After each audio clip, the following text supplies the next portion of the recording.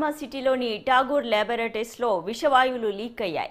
ఈ ఘటనలో ల్యాబొరేటరీస్లో పనిచేసే 15 మంది తీవ్ర అస్వస్థకు గురయ్యారు. విషయం తెలిసిన వెంటనే ఘటనా స్థలానికి చేరుకున్న పోలీసులు అస్వస్థకు గురైన వారిని దగ్గరలోని ఆసుపత్రికి తరలించారు. కేసు నమోదు చేసుకుని ప్రమాదానికి సంబంధించిన కారణాలపై ఆరా తీస్తున్నారు.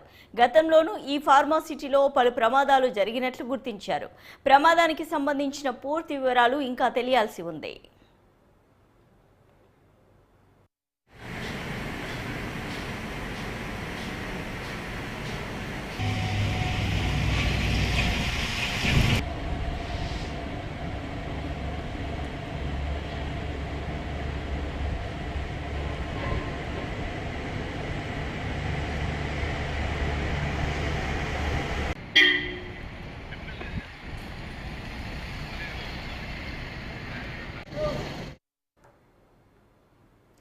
రైట్, ఇదే అంశానికి సంబంధించి మరిన్ని డీటెయిల్స్ మా విశాఖ ప్రతినిధి చంద్రశేఖర్ అందిస్తారు. చంద్రశేఖర్, చెప్పండి, అసలు ఈ ఇన్సిడెంట్ ఎలా జరిగింది? అస్వస్థకు గురైన వారి పరిస్థితి ఎలా ఉంది? డాక్టర్లు ఏమంటున్నారు?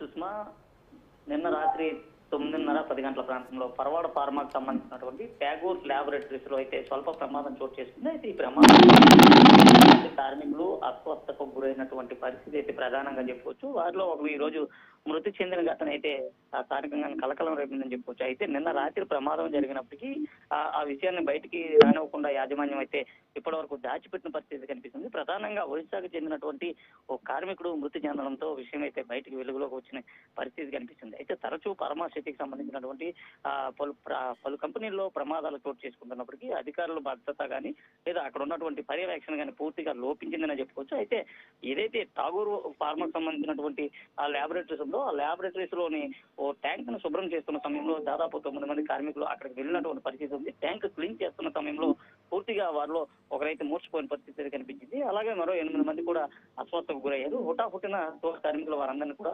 విశాఖకు సంబంధించినటువంటి కిమ్స్ హాస్పిటల్కి అయితే తరలించడం జరిగింది. ఈ నేపథ్యంలో ఆసుపత్రిలో చికిత్స పొందుతున్నటువంటి ఒరిస్సాకు చెందినటువంటి కార్మికుడు మృత్యువాత పడిన ఘటన అయితే స్థానికంగా వెలుగులోకి వచ్చిన పరిస్థితి కనిపిస్తుంది. అయితే దీనికి సంబంధించి ఇప్పటి వరకు కూడా ఆ టాగూర్ యాజమాన్యం సంబంధించినటువంటి రామ్కి సంబంధించినటువంటి ఎవరైతే ఉన్నారో వీరెవరు కూడా చెప్పలేని పరిస్థితి కనిపిస్తుంది. అయితే ప్రధానంగా దీనికి సంబంధించినటువంటి పోలీస్ డిపార్ట్మెంట్ కి సమాచారం అందడంతో విషయం అయితే వెలుగులోకి వచ్చిందని చెప్పుకోవచ్చు. అయితే ఫార్మాసిటీలో జరిగినటువంటి ప్రమాదానికి సంబంధించి ఇప్పటికే ఆ కార్మిక సంఘాలంతా కూడా ముక్తంతో ఘోషిస్తున్న పరిస్థితి కనిపిస్తుంది. తరచూ ప్రమాదాలు చోటు చేసుకుంటున్నప్పటికీ తీసుకోవాల్సినటువంటి జాగ్రత్తలు కానీ అక్కడ తీసుకోవాల్సినటువంటి భద్రతా ప్రమాణాలు కూడా పాటించకపోవడం వల్లనే వరుస ప్రమాదాలు చోటు చేసుకుంటున్నట్టు కూడా చెప్పిన పరిస్థితి కనిపిస్తుంది. అయితే 8 మంది కార్మికుల్లో మరికొంతమంది కూడా పూర్తిగా అస్వస్థకు గురైన పరిస్థితి కనిపించింది. ఒకరు మృతి చెందడంతో మరికొంతమంది కూడా ఆందోళనకి గురవుతున్నారు. అయితే ఆ అస్వస్థకు గురైనటువంటి కుటుంబాలంతా కూడా ఆందోళన వ్యక్తం చేస్తున్న పరిస్థితి కనిపిస్తుంది. ఇప్పటికీ కూడా ఆ టాగూర్ కి సంబంధించినటువంటి యాజమాన్యం స్పందించలేనటువంటి పరిస్థితి కనిపిస్తుందని చెప్పుకోవచ్చు. అయితే ఫార్మాసిటీలో జరుగుతున్నటువంటి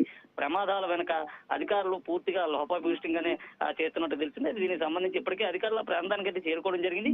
ప్రమాదం జరిగినటువంటి ఘటనా స్థలాన్ని కూడా అధికారులు అయితే పరిశీలించారు. అసలు ప్రమాదం జరగడానికి ప్రధాన కారణం ఏంటి, అసలు హైడ్రోగ్యాస్ అక్కడ ఉన్నటువంటి హైడ్రోజన్ గ్యాస్ ఏ విధంగా లీక్ అయిందనే అంశంపైన అయితే పూర్తిగా కూలంకోశంగా చర్చిస్తున్న పరిస్థితి కనిపిస్తుంది. దీనికి సంబంధించి ఇప్పటికే పరవాడ పోలీసులు అయితే కేసు నమోదు చేసిన పరిస్థితి కనిపిస్తుంది. సుష్మా.